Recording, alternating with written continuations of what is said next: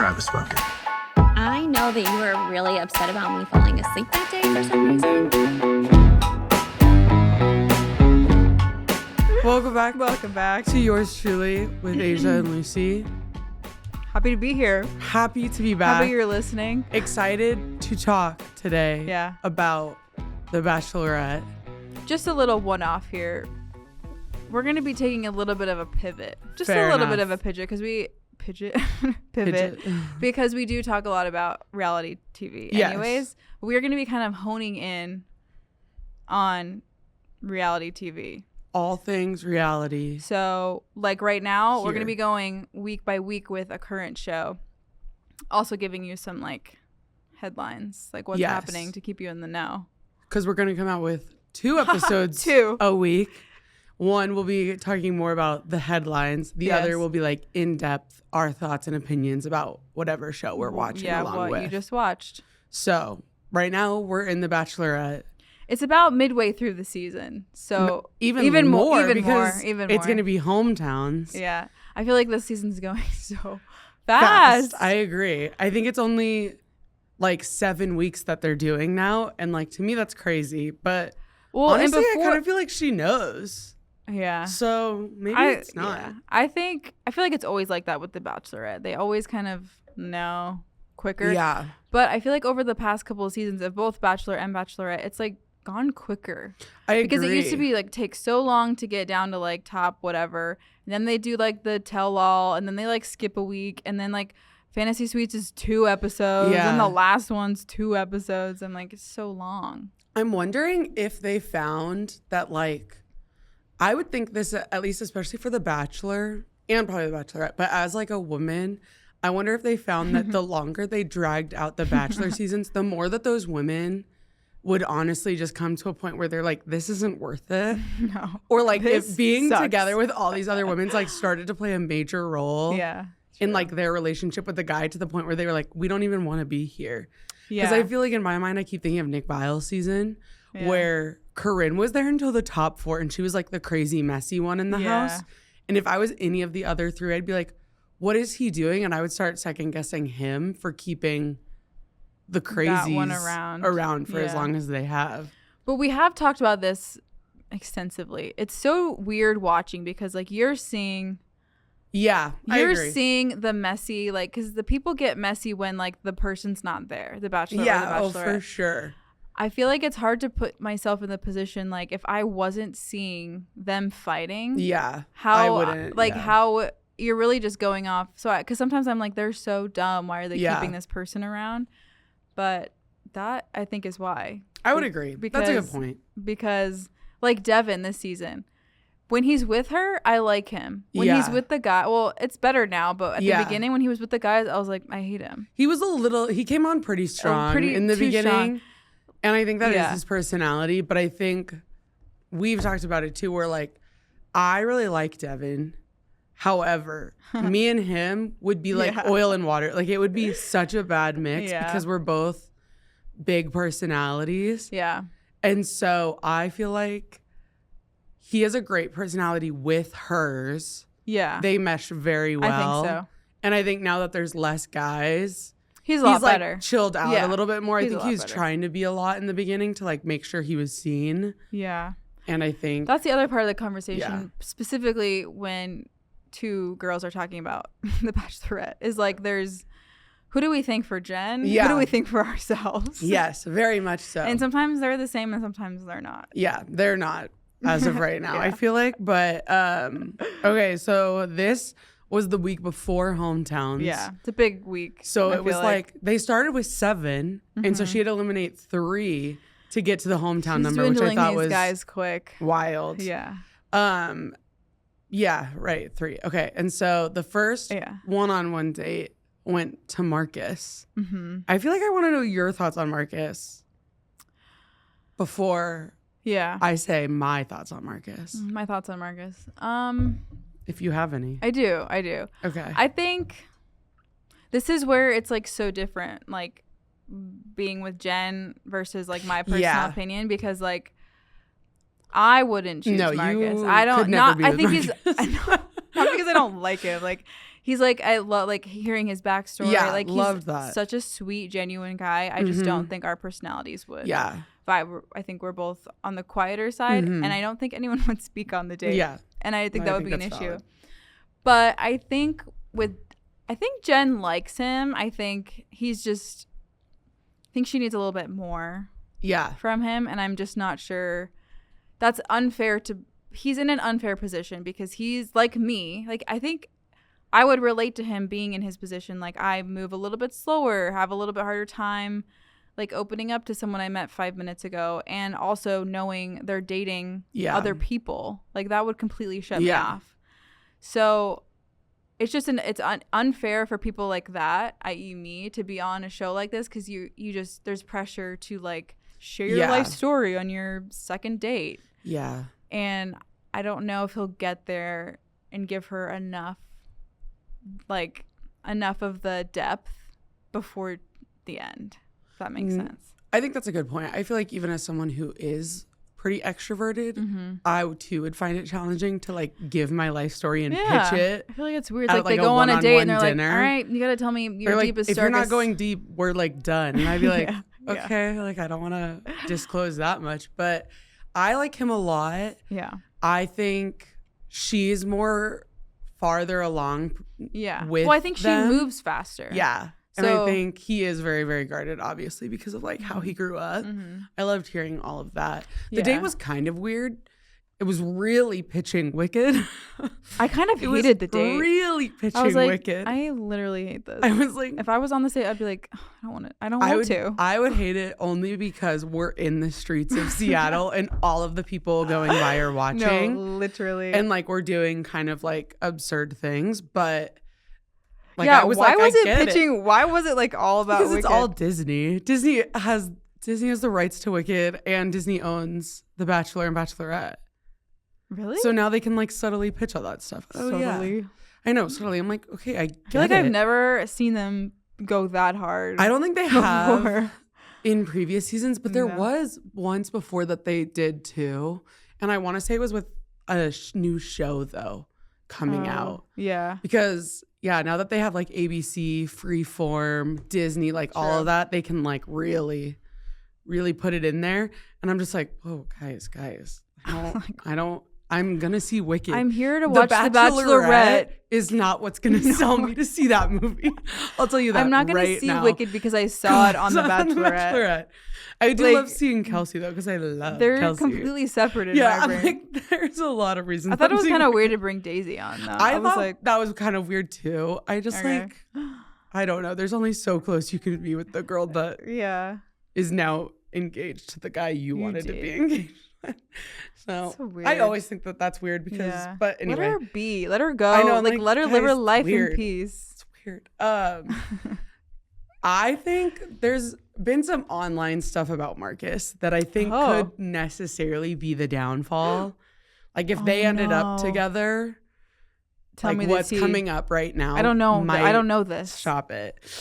So it's all been anonymous so far though. So like we don't know the legitimate of it, but there's been some Reddit threads about like domestic violence against him. And so because it's all anonymous and like there's no like the people who have even like started posting it weren't the ones that like had said that it happened to them. Yeah. I think it's hard to know that is the legitimacy, but if there is any truth behind it, I definitely think like that. It's like a real bummer because that rumor alone, if that gets thrown around, it's like if you want to take someone down. Yeah. That's the rumor to do it. And so definitely hoping it's not true and that it was like all made up. But if it is, I imagine if Jen did choose him, they will likely not be together anymore. Yeah. From that. In like, my opinion. From just rumors? Or because what if it comes like what if they're like mostly false? Or I don't know. Not mostly. If they're all false. All of them are false, then I think it would still bring up like a lot of weirdness that they could potentially get through. But yeah, if even one of them is true, I would not be with them. So true. So it just it would bring up some tough conversations. Like he's gonna get absolutely aired out on the finale about it. Okay, now moving to the group date of the Bachelor. The group date, the meat of this episode. Yeah, the best part, I think, of the season for sure. By literally, far. like exactly why I watched this show. Exactly. It just was perfectly scripted, where it's obviously not scripted, but it is scripted. The producers on their game. Yeah. During producers this group were like, date. hey, who do you think needs to open up the most on this group date? She says Sam M, who doesn't open up at all. No. Sam M, absolutely glorious to see the downfall. He drowned, like, and it was all himself. That's what I loved about it the most. He did it to him, like none of the other guys were sabotaging him or like they were like, it was him on his own, completely shooting himself in the foot. That's what I literally wrote that down. I said, the best part is I am literally could not be more happy. He sealed his own fate. Like he did it completely, wrapped it in a bow, done. I just could not believe how much of an idiot could you be to say you thought the Bachelorette would be Daisy or Maria. I was like, and then he walked out of the limo and immediately thought she was not my type. I'm like, how stupid. In what world did you think that would go over well at all? If I was sitting across from him and he said that, I would only remember those two things. Yeah, I'd be like, so I'm not your type and you didn't want it to be me. Right.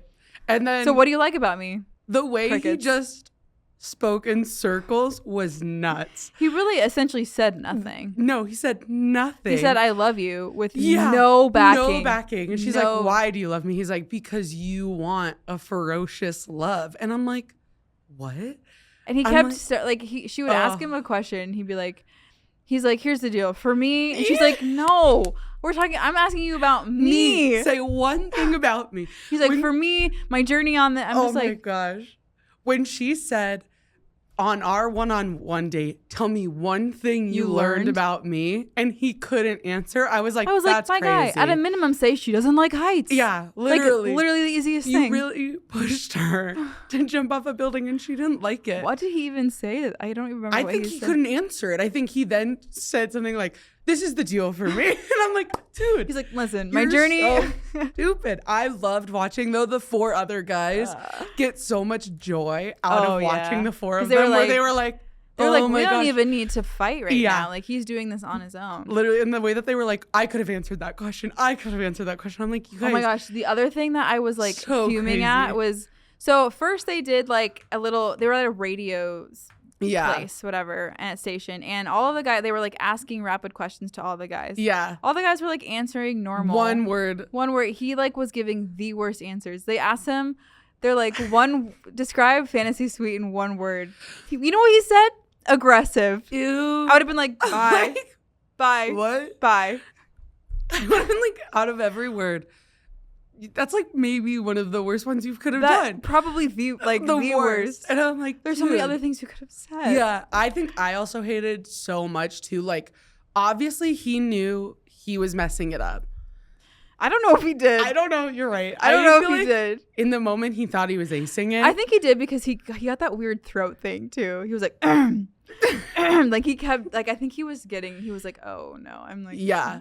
I think like what I hated the most was after he had talked so much about himself and he's like, look, you know, my love language is physical touch. And then he grabs her and kisses her. I'm like, I wanted to crawl out of my skin at that point. There's like it was no so reading awkward. The room or like reading the other person. Yeah. Like none of that. The previous Bachelor and his wife that were in that room were just like, this is bad. They were like, this is bad. They're like, for I don't him. think we could have like made this any worse. Bad for him. The producers were like, our job is, we don't have a job today. People who actually run that show were like, okay, that was a weird episode for us, but all right. I just like loved. It was so bad.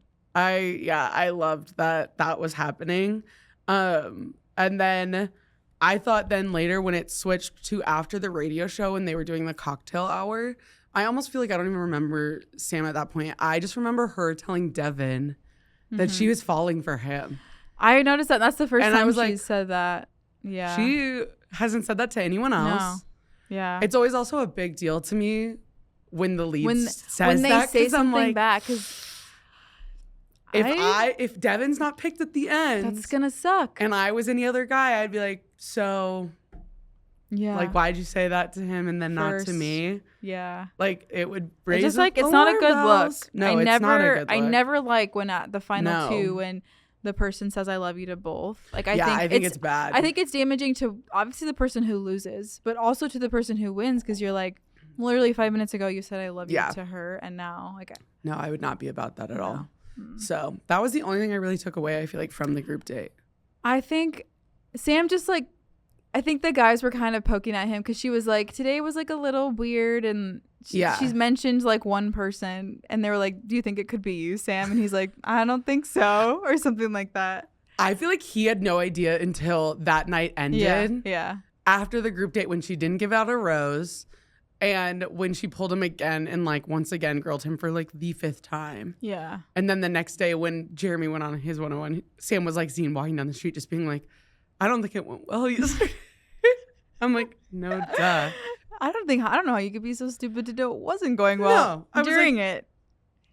So dumb. Oh my gosh. Okay, Jeremy, pop off king. I was obsessed. I liked for that one-on-one. I was like, he kind of came out of nowhere. I liked him a lot. Was like so about it. When he was like, can I make her a flower bouquet? I said, oh my gosh. Yeah. You can't tell me that was scripted. I refuse to believe that.